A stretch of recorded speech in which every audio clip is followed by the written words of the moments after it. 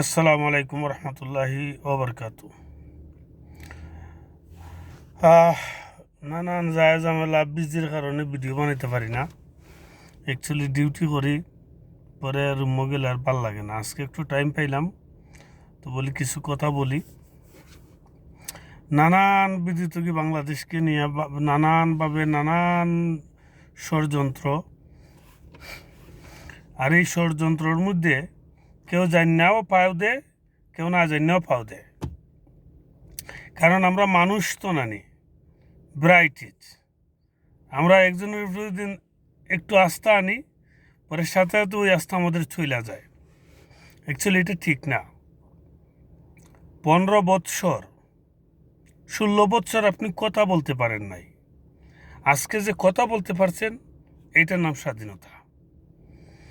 16 বৎসরের মধ্যে যদি কেউ কখনো ফেসবুকে একটা পোস্ট দিছে, তারে সাথে সাথে ডিজিটাল অ্যাক্ট মামলায় গ্রেফতার করা হয়েছে।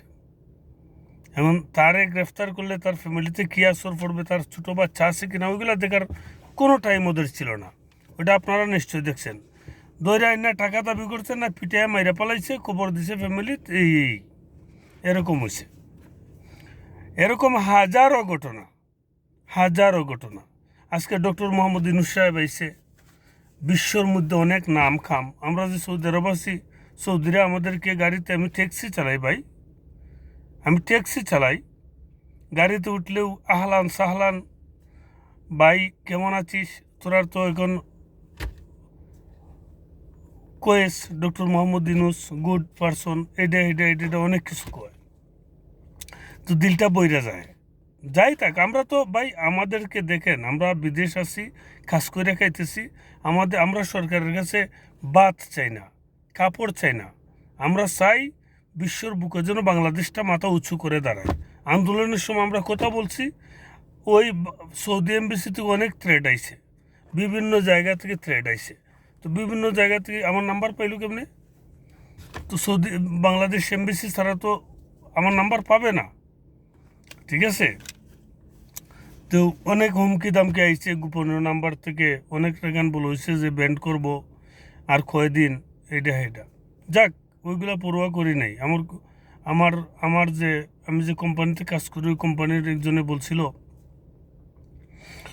ওইটা তুই কেয়ার করিস না, যা মনে করে তাই করুক, তোর কাছে কিছু চাইলে দিস না, এরকম বলছিল। তো আমি যেটা বলতে চাই, ডক্টর ইউনূস সাহেবের যে সরকার, এরা কোনো পলিটিক্যাল মানুষ না। ওরা সত্যকে সত্য বলে, মিথ্যাকে মিথ্যা বলে। আর পলিটিক্যাল পার্সন যারা আছে, ওরা অধিকাংশ কথাই দুকা বলে আর মিথ্যা বলে।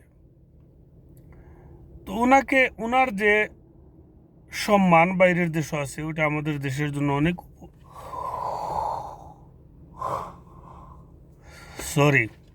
অনেক উপকারিতা আছে, বা অনেক অনেক ফায়দা আছে। এখন আওয়ামী লীগের বাংলাদেশের প্রতিটা রন্ধ্রে রন্ধ্রে আওয়ামী লীগের ভাইরাসরা ঢুকে রয়েছে। শেখ হাসিনা পলাইছে, কিন্তু আওয়ামী লীগের তো সবাই রয়ে গেছে।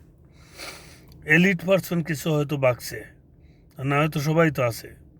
এখন আজকে একটা রেকর্ড শুনলাম, শেখ হাসিনা বলছে ওদেরকে রেশন দিছি, এই পুলিশ বাহিনী, র্যাব বাহিনী, আর্মিরে সব কিছু দিছি। ওরা আজকে উল্টা বলে ওদের লিস্ট করে রাখো, 1 মাসে এই সরকার টিকবে না, ইনশাআল্লাহ আবার ক্ষমতায় আসবো।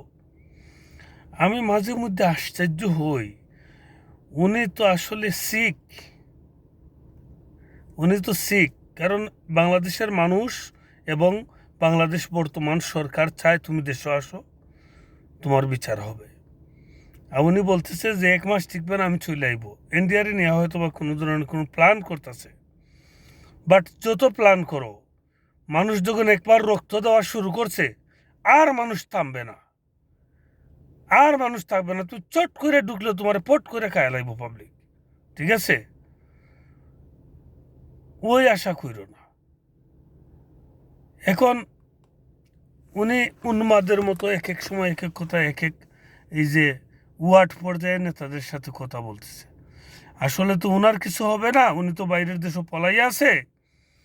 মুদি বাবার দেশও পলাই আছে না, কিন্তু প্রবলেমটা তো হবে যে চাটুকারের সাথে কথা বলতেছে ওর তো জীবনটা দুর্বিষহ হয়ে উঠবে। ওইটা ওই শেখ হাসিনা বুঝতেছে না। ওকে, সবাই ভালো থাকেন, সুস্থ থাকেন, আল্লাহ হাফিজ।